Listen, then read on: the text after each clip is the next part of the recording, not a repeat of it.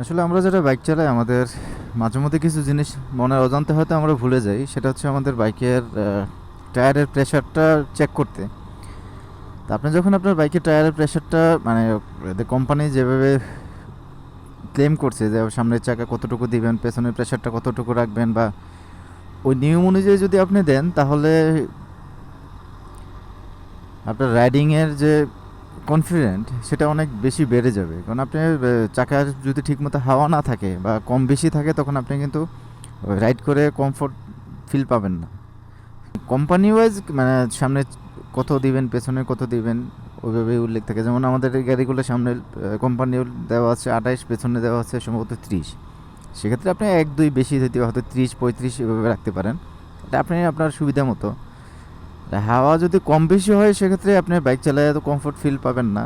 আর মানে গাড়ি লাফাবে, বা আপনি আপনার মতো করে যেভাবে রাইড করতে চাচ্ছেন সেভাবে হয়তো হবে না।